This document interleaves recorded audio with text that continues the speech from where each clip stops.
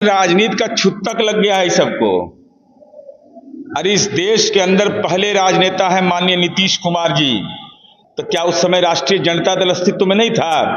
Parliament में उनके सांसद नहीं थे? तो जुबान खामोश क्यों हो गई? 2010 में जाकर के लालू जी उवाच माने 16 वर्ष में इनको ज्ञान हुआ। तो जब केंद्र में सरकार में थे 2004 में तो इनके बदौलत सरकार चल रही थी।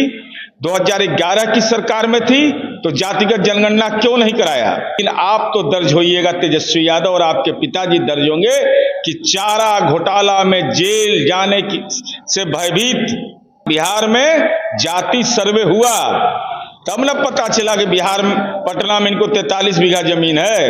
अब देश भर में जनगणना होगी तो कहां कहां संपत्ति का निवेश है, कहां किसका जमीन है, सब इन भ्रष्टाचारियों का पर्दाफाश। जनक राम जी नहीं गए थे?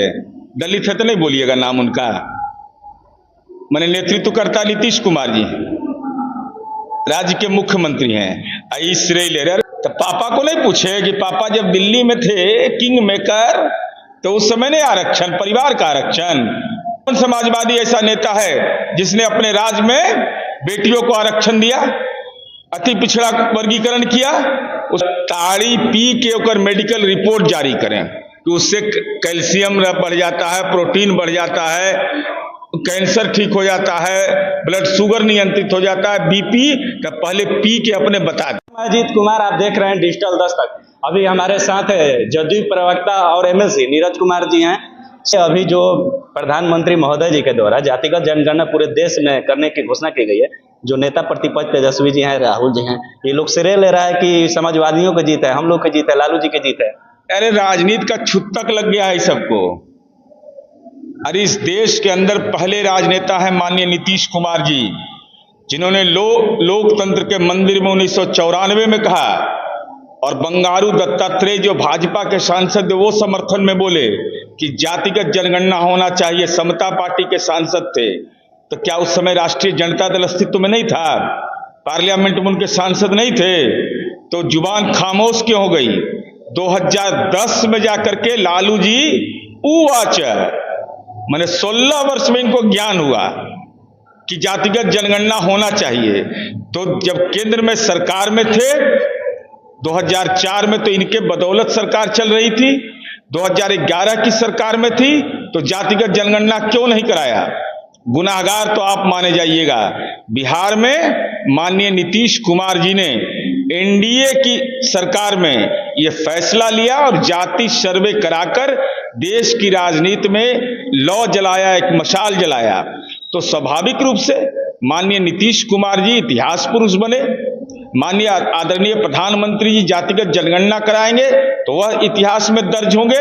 लेकिन आप तो दर्ज होइएगा, तेजस्वी यादव और आपके पिताजी दर्ज होंगे कि चारा घोटाला में जेल जाने की से भयभीत उसको व्यवस्थित करने के लिए, मैनेज करने के लिए आप जातिगत गणना को भूल गए। लेकिन पाप छिपता नहीं है तेजस्वी जी। बिहार में जाति सर्वे हुआ, तब न पता चला कि बिहार में पटना में इनको 43 बीघा जमीन है। अगर नहीं होता तो कैसे पता चलता?